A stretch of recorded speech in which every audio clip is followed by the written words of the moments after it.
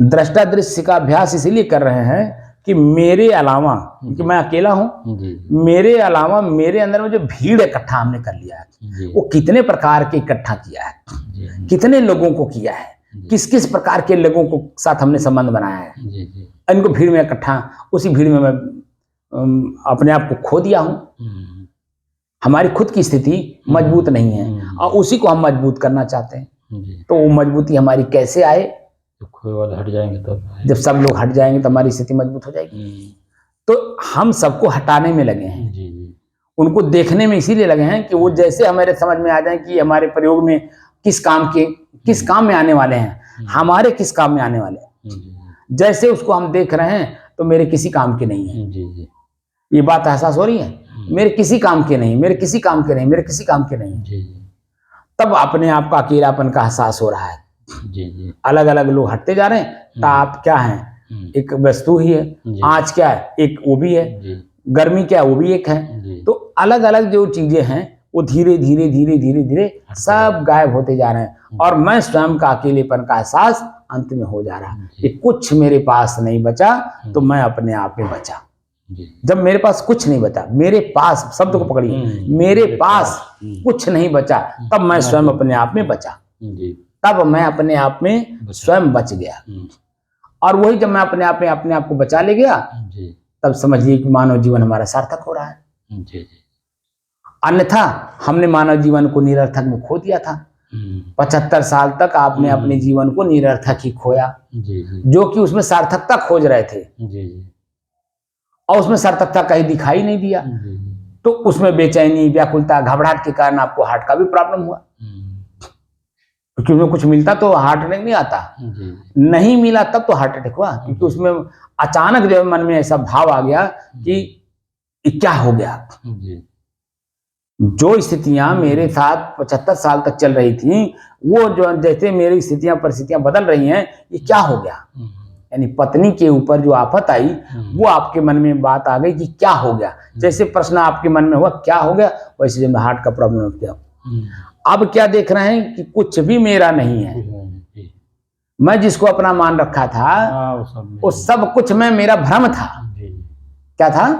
मेरे अलावा सब कुछ नहीं है। वो सब मेरा भ्रम था, मेरा खुद का भ्रम था, जो मैंने मान लिया था, जो पकड़ रखा था, वो मेरा खुद का भ्रम है। आज समझ में आ रहा है कि ये सब कुछ जो है वो अपने नियमानुसार प्रकृति में हो रहा था। वह मेरी भूल थी, मैं जो मान करके सुख दुख भोग रहा था। अब क्या है, ना मैं सुख हूं ना मैं दुख हूं, ना मैं पीड़ा हूं ना मैं आनंद हूं, ना मैं कष्ट हूं ना मैं सुख हूं।